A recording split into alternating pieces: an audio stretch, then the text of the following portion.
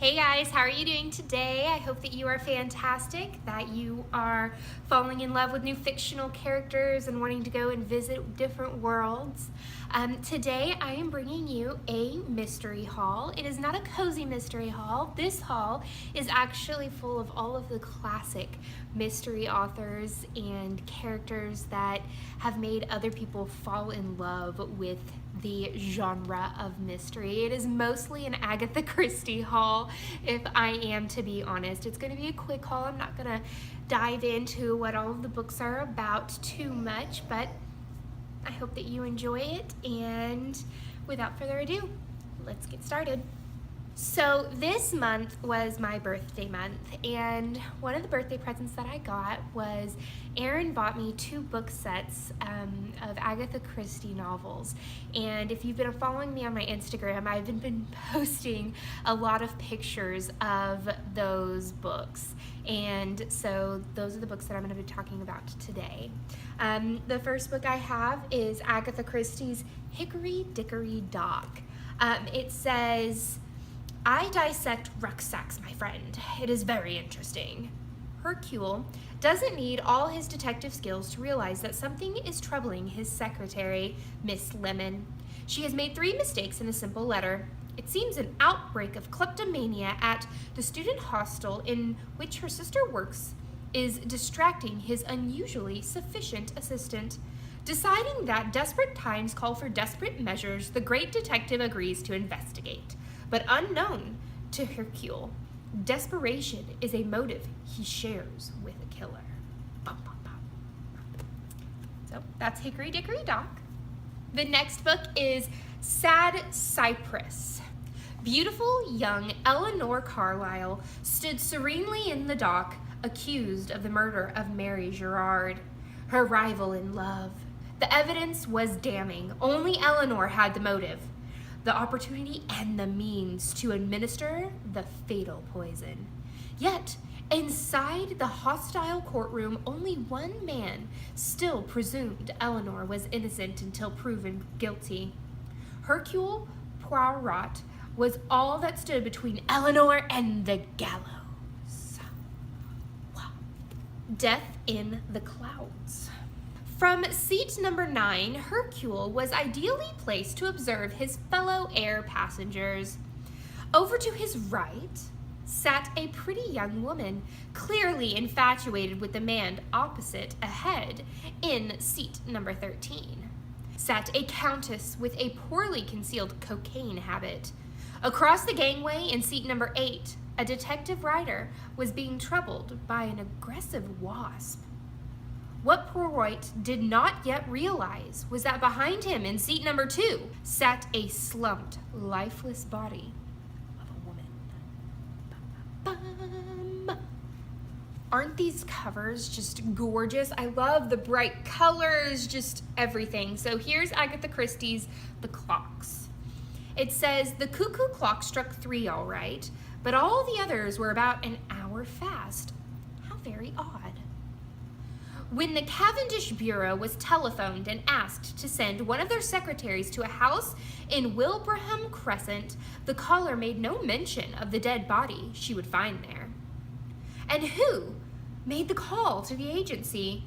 Who was the murdered man? And why were there clocks in that room that didn't belong there? The clocks had stopped, but the time is ticking away for Hercule Poirot." Now, how do you say his name?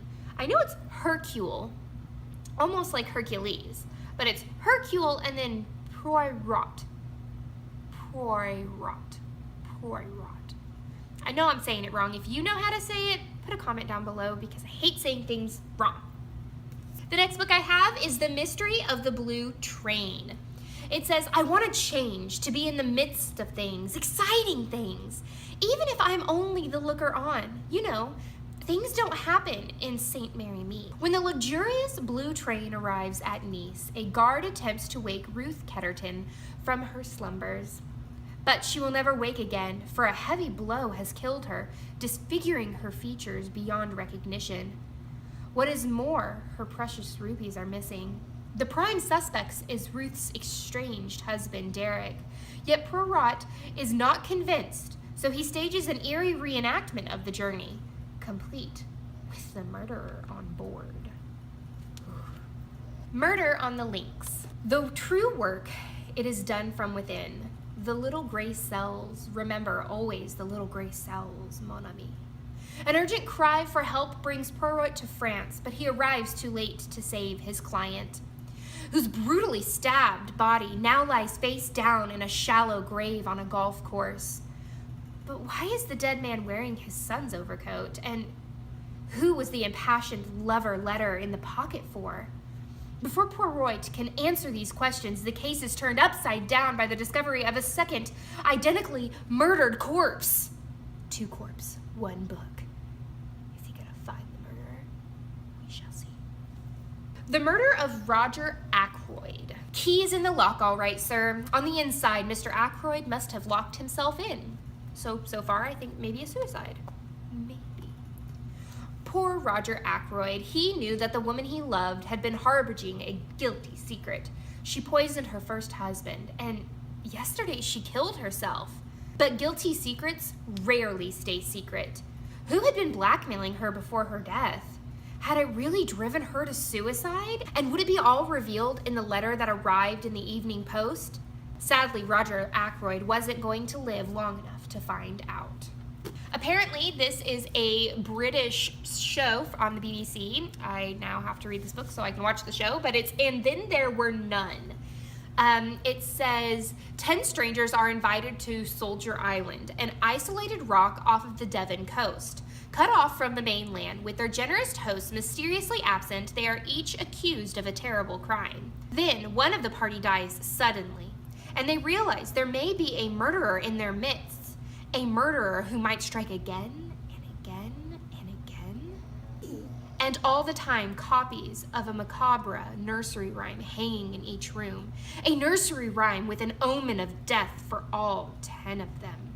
Maybe I should read this one first. After you've seen all of the Agatha Christie books that I bought, tell me which one do you think I should read first. And the last one in the birthday gift that I got from Erin is Murder on the Orient Express. Now, I know there is a movie coming out on this book on November 22nd of this year, so I know that this has to rank pretty high up on my reading of Agatha Christie. So if this isn't the first one, maybe it'll be the second one. Depends on what you guys think that I should read down below. It says, the murderer is with us on the train now. Just after midnight, the famous Orient Express is stopped in its tracks by a snowdrift. A passenger lies dead in his compartment, stabbed a dozen times, his door locked from the inside. Isolated by the storm and with a killer in their midst, Detective Hercule Poirot must identify the prime suspects from a scornful and impatient array of foreign passengers before the murderer decides to strike again. Now, the character that got me really into reading Agatha Christie was Mrs. Marple. I watched a lot of the Miss Marple on Netflix, and that's the character that really drew me. So when I went to Barnes & Noble with my best friend Brianne, I fell upon the only Miss Marple book that they had in the Agatha Christie section, and it's a Caribbean mystery. As Miss Marple sat basking in the Caribbean sunshine, she felt mildly disconnected with life.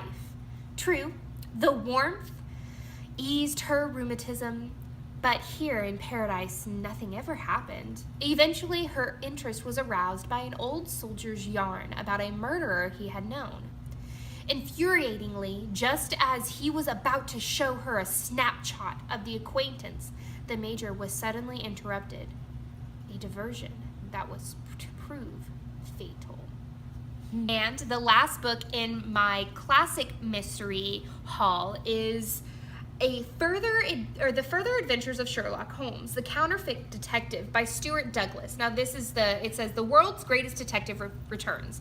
I love Sherlock Holmes stories, adventures, mysteries. I've read every single Sherlock Holmes short story that there is. And when Erin and I went to Barnes & Noble last week, I actually found a whole entire section of these new tellings of Sherlock Holmes and Watson. I am about 22 pages into this book so far, And it seems really good. It's written a lot in the way Sir Conan Arthur Doyle wrote, but it says, a false Sherlock. An anonymous letter brings strange news to Baker Street. There is an imposter Sherlock Holmes at work in New York City, solving cases and taking society by storm. The real Sherlock Holmes wastes no time in crossing the Atlantic to confront the charlatan. But he and Watson find more than they bargained for. The counterfeit Sherlock is missing, his landlady has been horribly murdered, and his clients are refusing to reveal their secrets. So I'm super excited to read more stories of Sherlock Holmes, even though they're not told in Sir Arthur Conan Doyle's voice and the way he saw the characters. So I'm super excited to read this. So I hope that you found some Agatha Christie books that maybe you hadn't heard of or you haven't read yet.